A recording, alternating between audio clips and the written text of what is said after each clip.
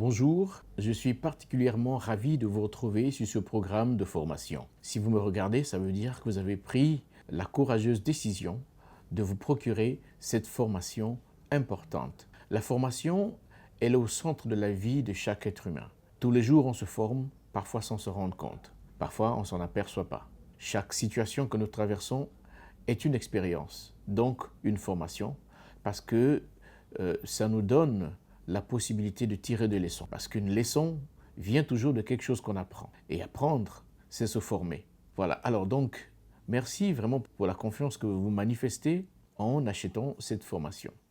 Avant de nous introduire directement dans le programme de formation, j'aimerais, avec votre permission, me présenter.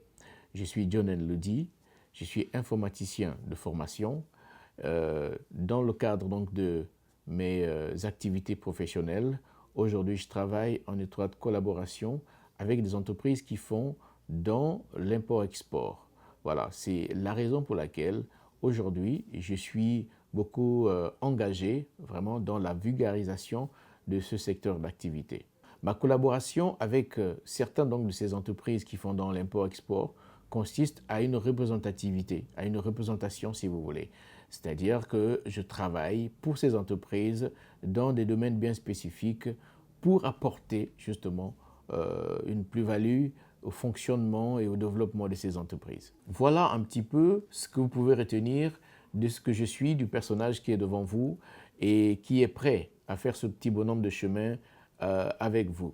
Ce sera à vous de nous le préciser à la fin de cette formation si vous voulez un accompagnement ou alors vous avez ce qu'il vous faut à travers cette formation pour vous lancer. D'entrée de jeu, ce qu'il faut déjà comprendre, c'est que le commerce international désigne des transactions de marchandises entre pays. Voilà, c'est-à-dire qu'on parle de transactions de marchandises qui partent d'un point à un autre. Donc depuis des siècles, ces transactions existent. Mais c'est un phénomène justement qui n'a jamais été aussi important qu'aujourd'hui. Comme je le disais un peu plus haut, il n'y a qu'à regarder tout ce que nous possédons comme objet, tout ce que nous mangeons, tout ce que nous consommons comme aliments, et tout ce que nous portons, les vêtements et tout le reste. Ce sont des choses qui ont forcément été importées de quelque part. Donc il faut savoir que l'exportation n'est pas dédiée qu'aux grandes entreprises. C'est-à-dire le fait d'exporter de la marchandise n'est pas juste l'apanage des grandes entreprises.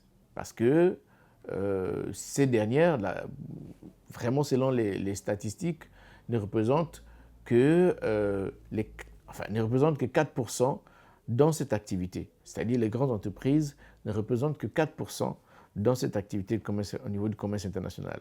Quand on parle de grandes entreprises, on fait référence à toutes ces multinationales, ces grands groupes qui sont installés pour la plupart un peu partout dans nos pays africains, justement, et qui se taillent la part belle.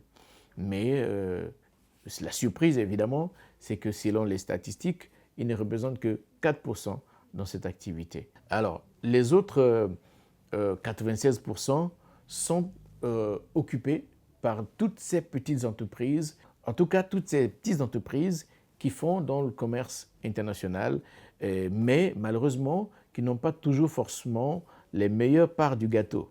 Donc en ce qui concerne les importations représentent, on va dire, un grand business.